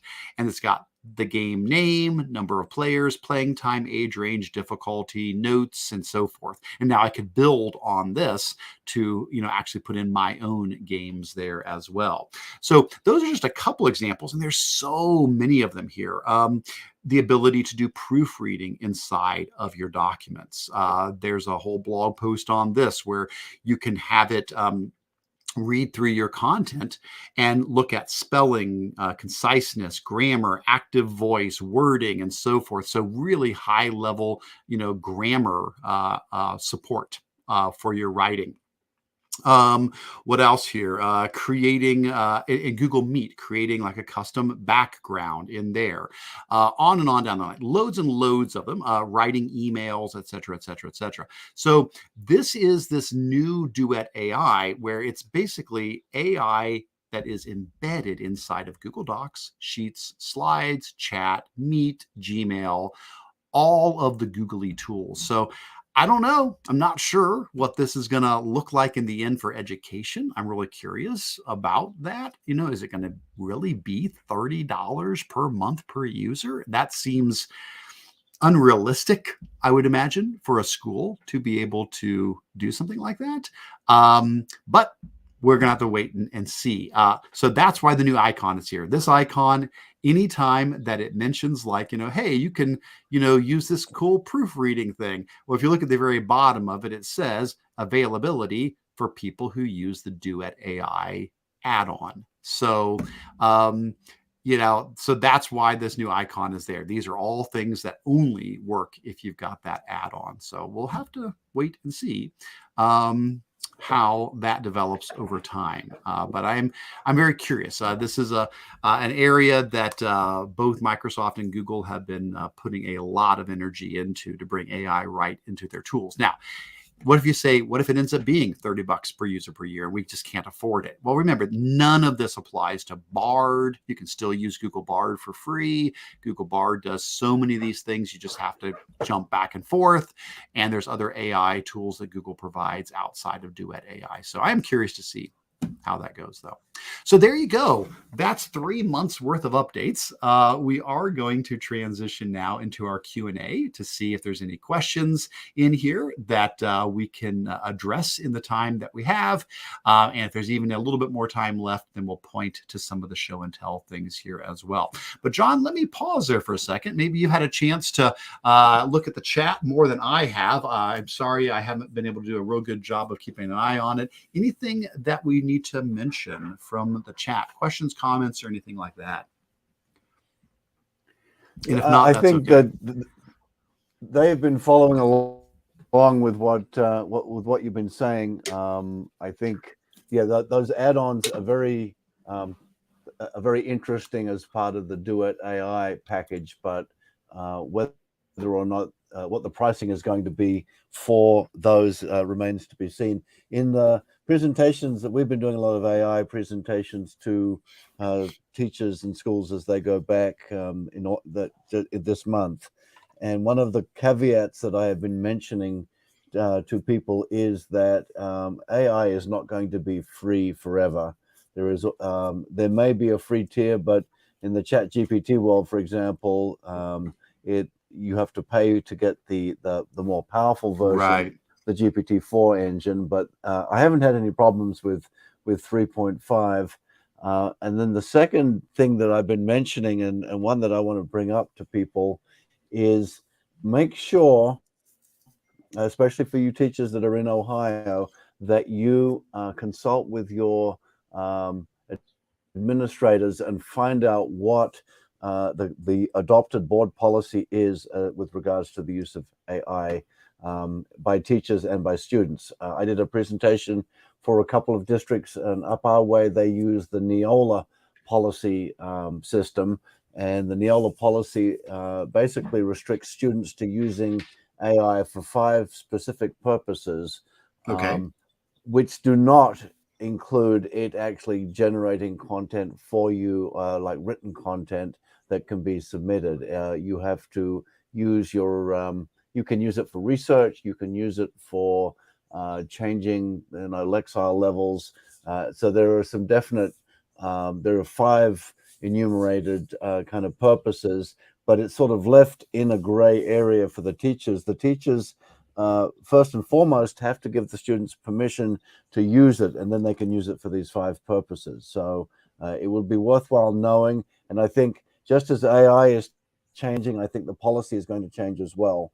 And I will hopefully be able to point to in next month's meeting an article that I'm currently writing, which is about AI policy and how we should react to that. Because I think the teachers, for example, are allowed to use AI as long as it is used in a responsible and ethical way, is the way that the language reads.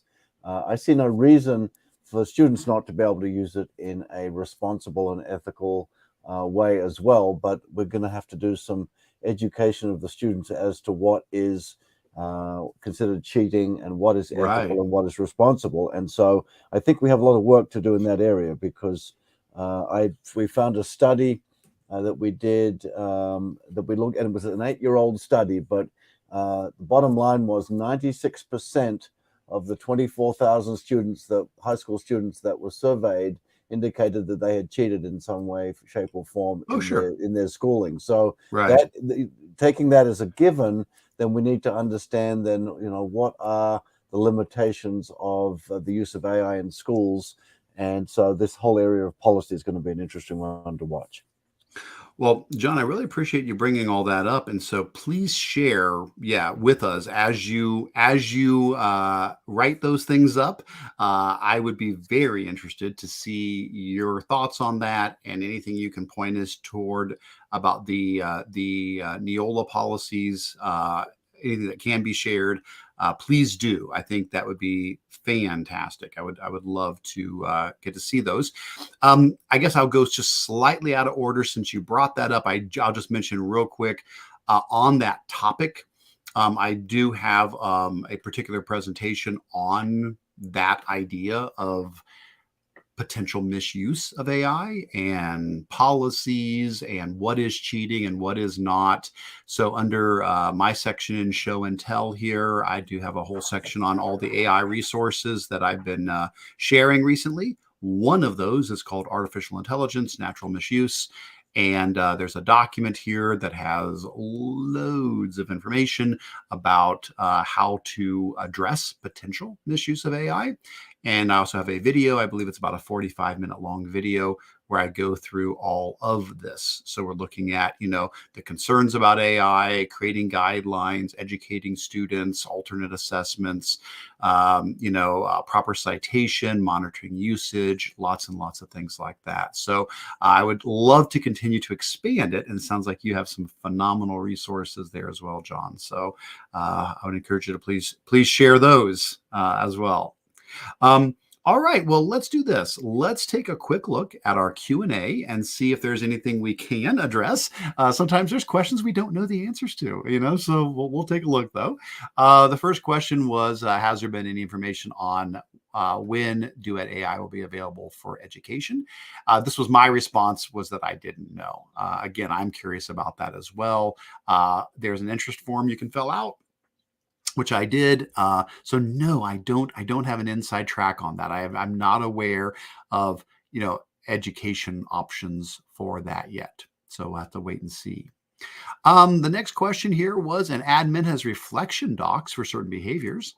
What's the most efficient way to copy the doc with the admin team as viewers? Would Autocrat work to create a copy of the template while adding the administrators on the file as well?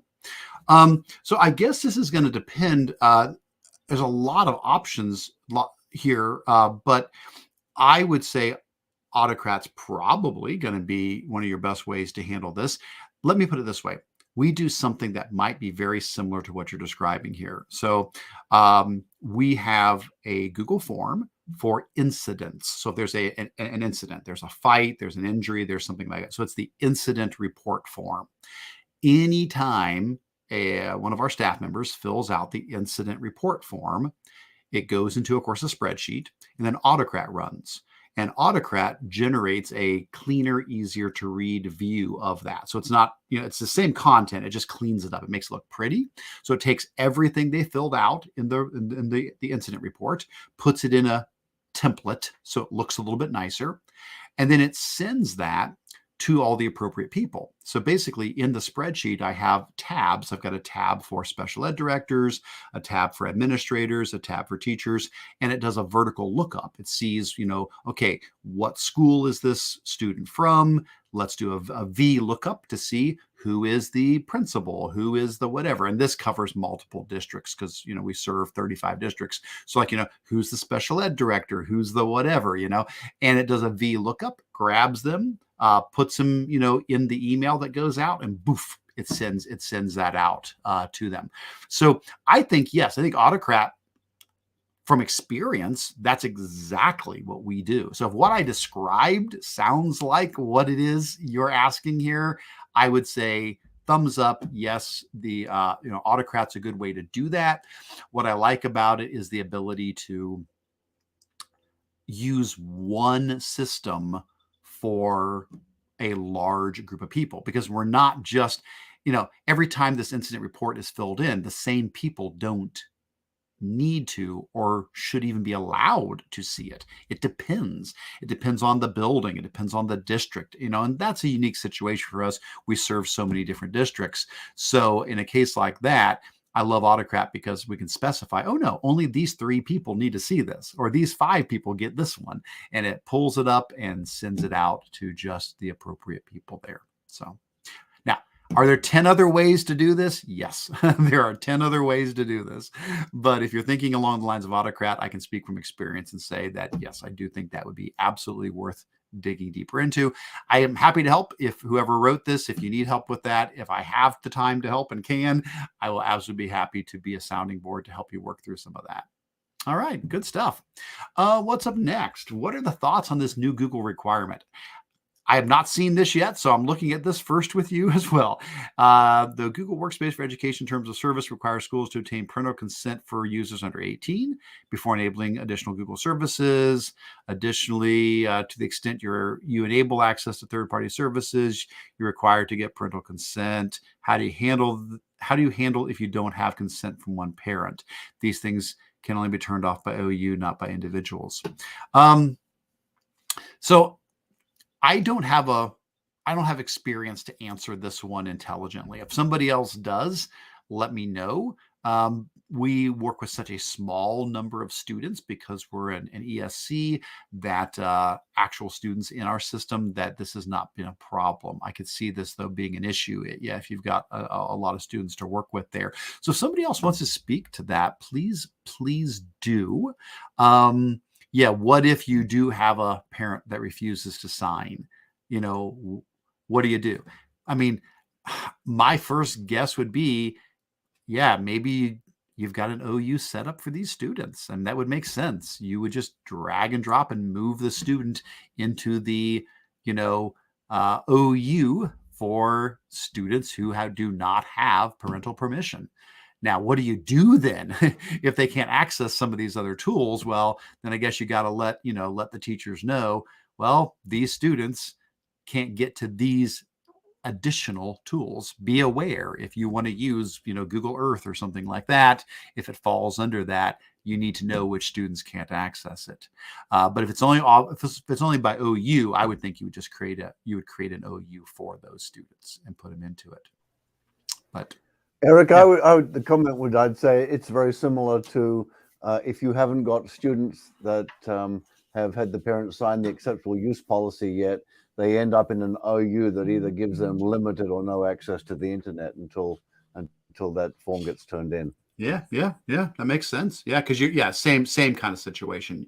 I think that's a good parallel. Exactly. Yeah. All right. I don't know if this is the same one or not. I heard Google's now enforcing that Google admin must have the new approved list for users. Otherwise, students designated as under 18 in the admin console automatically blocked from using Google SSO for third-party apps. I don't know about that. That's something I have not looked at enough. After October, students not on a new approved list will no longer be able to use Google SSO for things like BrainPop and WeVideo.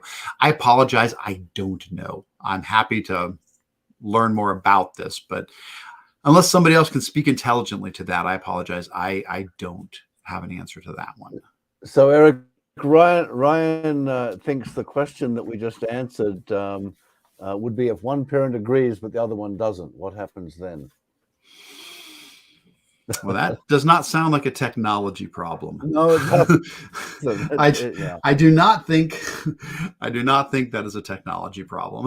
That is a different kind of problem that I'm sure schools deal with all the time, where there's differing opinions from parents, where two parents disagree, maybe a divorce situation or something like that. I'm sure you deal with that. All right. Oh, and Dan is adding a link here. Thank you, Dan. I appreciate that. Hopefully this will be something here. I'll approve Dan's suggestion here so that everybody can click on that. There we go. I apologize. I have seen this pop up, but it has been a crazy August and I have not taken the appropriate time to read through this yet. So now I know what you're talking about. Yes, I have seen this pop up a couple of times. I've been getting emails about it because I'm the admin. I apologize. I do need to actually read through all this. So thanks, Dan, for linking in that additional information there. Last couple of things in Q&A. I'm sending a get to know you survey to staff. And one of the questions is their birthday. How can I format the sheet so that I can get mail merge birthday messages to send on their birthday? Well, that's really cool. That's neat. I guess what you're saying is you don't want to have, and again, if I'm missing this, please let me know. But I think what you're saying is you don't want to have to send the messages. You want like Autocrat to run automatically and just boop, send them out, an email on their birthday that says, hey, happy birthday kind of thing. That could totally be done. It would be a matter of when, like, let's say you used Autocrat, you would want to use the to run on a time, not on form submit. So you can say like, okay, I want this to run once a day or whatever the case might be. And then when every day it runs, you're going to have an Autocrat. You're going to have it look at a column, and there'll be a column that basically indicates, is it that person's birthday or not? And so you basically have a column next to their birthday column, and that column either says yes or no. And the formula basically looks and sees, is today the date of your birthday? If it is, it says yes. If it's not, it says no. And then Autocrat basically looks and sees if there's a yes in there, then it's going to send out the mail merge. Looks like we do have, though, Pete has, hey, Pete, good to see you, man. Thanks so much for being here, Pete. Pete suggested a birthday document. from Stephanie. Oh, that's wonderful. So here's a little video that she explains through this as well. Ah, that's great. I don't know. She may be doing something totally different than what I just said, but assuming, that it is similar, it may follow the same approach. If not, please do check out what has been shared there. Love it. Next, what are journeys? Yeah, that's just your history. And that name is not even going to stay the same. They said again, they're changing it. It's basically your history. What websites you've been to. They've been calling it journeys for a while, and now they're renaming it something else. But yeah, when you click on the little side panel here and it shows journeys, that's basically your browsing history. That's all that is. All right. Well, we've got about 10 minutes left, so we're going to do a very quick look at show and tell. All I'm going to do for mine real quick is just highlight a couple of things, and then John, anything you have to share will be great. And then it looks like there's a couple things from the community here as well. So all I'll say real quick on my show and tell is that it was a busy summer. So I didn't put out as much content as I normally do, but over the couple of months there are several here that I have put out. A lot of these are trainings that I've shared. So like, here's one I did on Edu Protocol. So typically these are 45-minute or hour-long trainings. You can watch the video of the training, and then you can get all the resources for those trainings. So I did one on Edu Protocols. Here's the one that we talked about on managing AI, artificial intelligence, and natural misuse. So again, 45-minute video, and then all the resources, that support it. Here's all of the supporting resources. I did one on general AI in education, what educators need to know. So just a foundational 42-minute video on all the key items of what is AI, how do you use it, how can we use it positively, what are some concerns, things like that.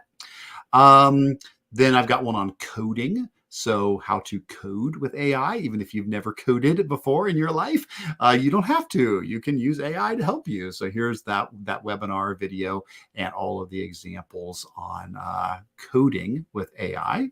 Other ones I've got in here. Here's one I did on extensions. So it's again probably hour-long video on Chrome extensions, some of my favorite Chrome extensions, how to manage extensions, and some of my favorite extensions in there as well. So lots and lots of things there. I'd encourage you to check those out. I also did pull together just my AI specific things. I've been doing pretty much AI training nonstop for the last couple of months. It seems that's pretty much what it is. And so I've got some that are more specific to Google, AI in general, enriching students, supporting students, coding, et cetera, et cetera, et cetera. So those are my updates. John, did you want to give a shout out to some things here? It looks like you got a link in here to your Ohio learning community. Yeah, it's we've been working hard on that over the summer. I don't know if you can click that link and get to it. You bet. You can see we've rolled out a new catalog, so you can now you should be able to sign up.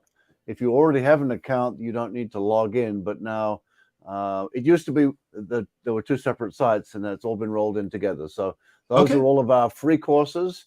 And then some of our partners in these ESCs have some paid courses that you can get to via their portals. So this payment system and the ability to be able to register all in the one place is fantastic. In place there.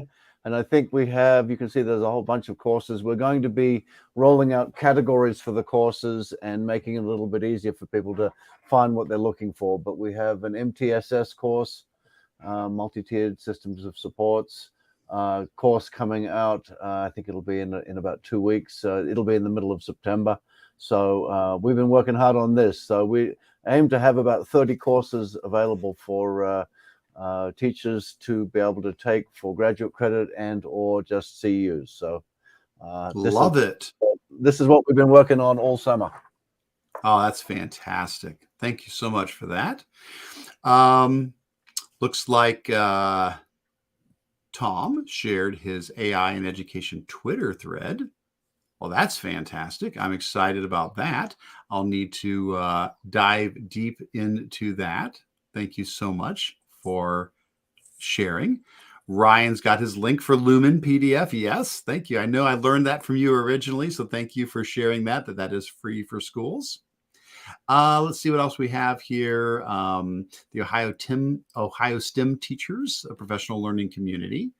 Great to know about that for anything and everything STEM related. Quarterly meetings and a Twitter account as well for that. And then a little note here about how the Chrome live captions feature can be a great ESL accommodation tool. If you're showing a YouTube video in class, use the translated closed caption in YouTube, then use the live captions for English. And that way you can accommodate both of them. That's a great suggestion. There are a couple of extensions that will do something similar to that. They're in my ESL document where you can actually have up to 3 different languages showing up at once in your closed captions. But this is a really clever way of doing that without the need for like an additional tool. Just turn on the live captions and turn on the closed captioning. Have one of them, let the live captions be in English, let the closed captions be translated, and you've got both of them covered. Love it. Thanks for sharing that, whoever that was. All right. Well, we are getting really close to end of our time. So let's do this. Let me approve that. Denny just suggested something as a response to this as well. So I appreciate that.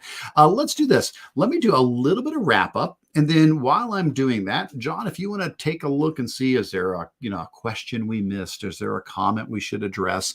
Let me know. But just as a quick wrap up, as we finish up, first of all, thank you just so much for being here, taking time out of your day, whether live or recorded. Thank you so much. And all the great suggestions and resources. It's so nice to learn with you guys. We want to remind you to please sign in if you haven't. So on page 2 of the document is our link to the sign-in form there. That'll take you out to oops, sorry about that. I was trying to fix the spelling on that. That'll take you out to a Google form where you can fill in your name and email, and that way I can send you a certificate of attendance for this meeting. And I would encourage you to join that Google group that we have so that you can stay connected in between our meetings. And of course, head out to the GEG Ohio website to keep an eye on when the next meetings are coming up as well. John, did you see anything else that popped up as a question or a comment or something that we should address in our last few minutes here? I didn't see anything pop up, but I will point out that while this meeting has been going on, another post came through for the GEG Ohio group, and there's been some discussion about the student pickup apps and what's available and if anyone's got one, and lots of people have been sharing ideas and things. So it's an example of how, in fact, things can be happening at the same time.